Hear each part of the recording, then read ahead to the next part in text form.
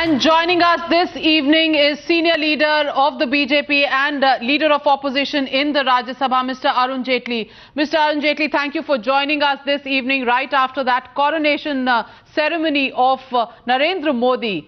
It was very clear when he was appointed as the campaign committee chief at the Goa National Executive in June. But it's taken 3 months for the BJP to announce him as the prime ministerial candidate. Just what took the party so long?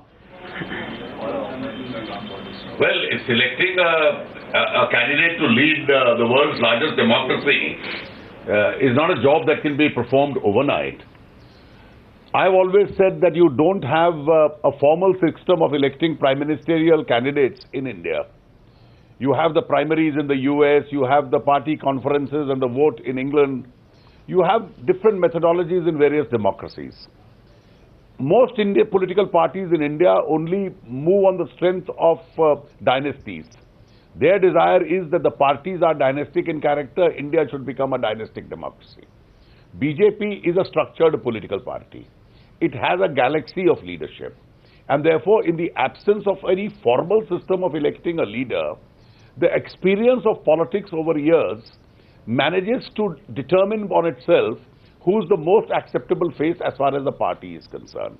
And we had a lot of people to choose from. And therefore, it took the last 2-3 years. I always used to believe that this is the Indian version of the primaries which is on. And certainly the opinion of the cadres which have been reflected over the last few months, 1 or 2 years, the opinion of the BJP supporting constituency which has been reflected before us, very clearly demonstrated that the mood of the moment was for Narendra Modi. And therefore, the party assessed that.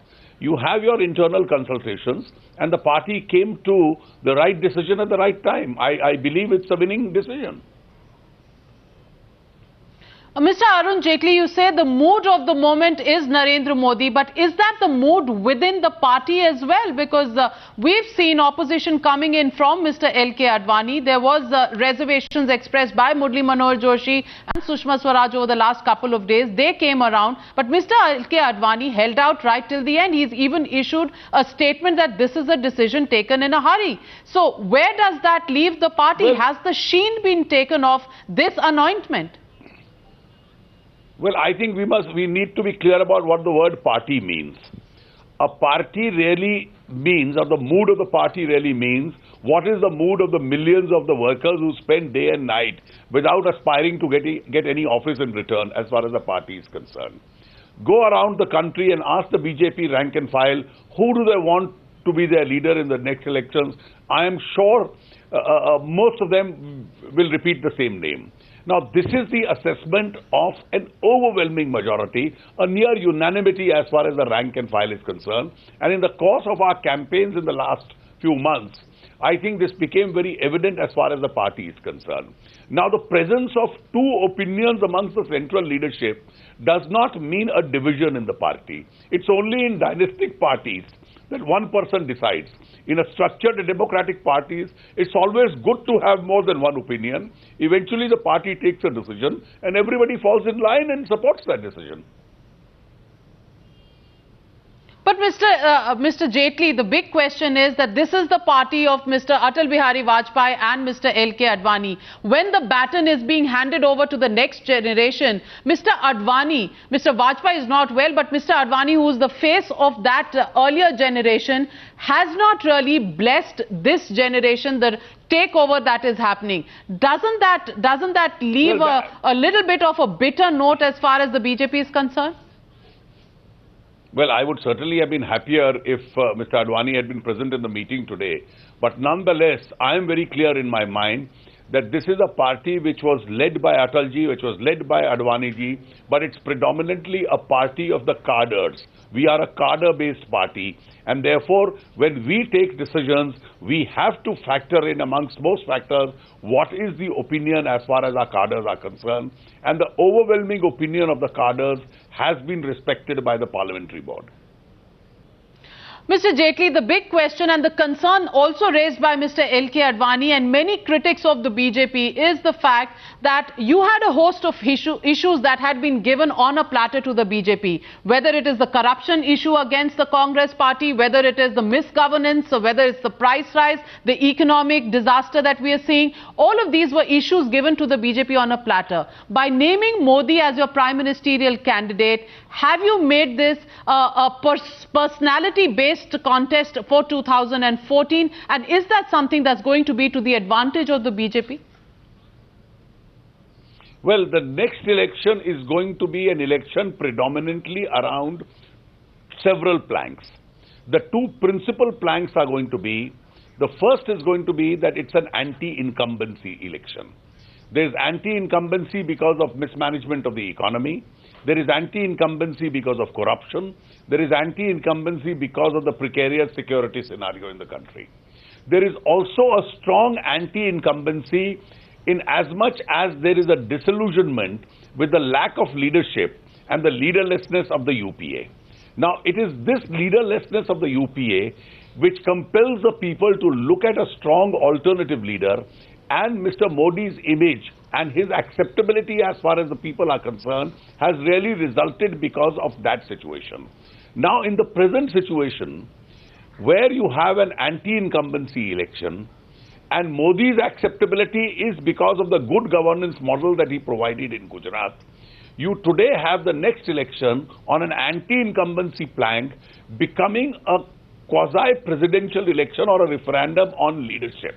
Now, in any referendum on leadership, I have not the least doubt whether it is the outgoing leadership of the UPA or the incoming leadership of the UPA, Mr. Modi will prove to be a much heavier weight. You're a very extremely experienced politician, Mr. Arun Jaitley. Do you see the 2014 elections as an election which is like the presidential election in the past? You've said that. Will it be Narendra Modi versus Rahul Gandhi, or will it be issues and agendas of the BJP versus the Congress party? I think it will be a quasi-presidential election. It will be a combination of both.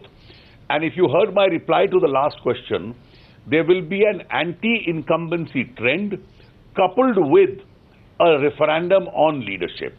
People are also going to look at the leader who can provide good governance, who can be decisive, who can take India to march a step forward.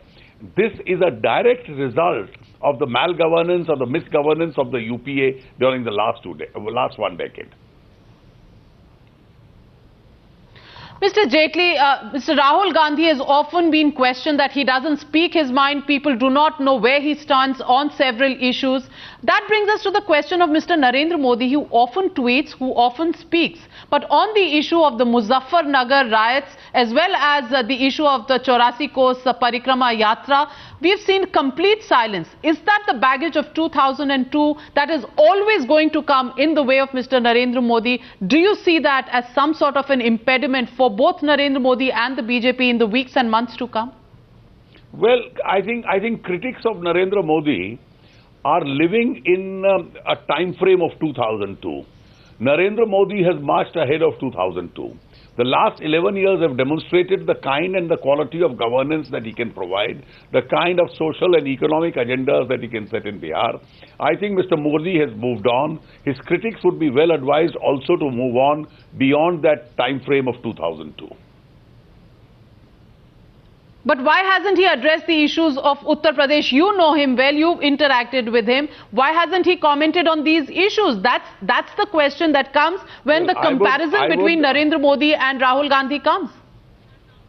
Well, Mr. Modi doesn't hide behind a situation where he reappears once in 3 months only to give one speech and then disappear again. That's not the kind of politics Mr. Modi does. Mr. Modi is not an anchor on a news channel that he has to comment on every subject. The party takes the lead and comments on every subject. And now that we've given him the primacy as far as the party is concerned, I'm sure on several issues, even outside Gujarat, you'll get to hear him a lot more. Mr. Jaitley, my last question to you is really at this point. Mr. L.K. Advani, we saw in June, he did not come for the national executive at Goa, but he resigned from all his party positions just the day after. Is there a sense of unease within the BJP of what Mr. L.K. Advani's next move is going to be from here on, after opposing and staying away from the parliamentary board meeting today? Well, I can tell you it's a mixed feeling. It's a mixed feeling because Mr. Advani is somebody that the whole generation of the current BJP leadership, including myself, we've idolized him, we've respected him, we've learned a lot from him. And therefore, it's a part of our discipline that we never join issues with him, even if we were to disagree with him.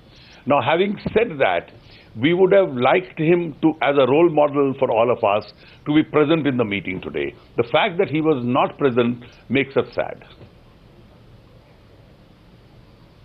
That's very candid coming from you, Mr. Arun Jaitley. I thank you for joining us this evening and sharing your thoughts on the first reactions coming in on the anointment of Narendra Modi as the Prime Ministerial candidate for the BJP.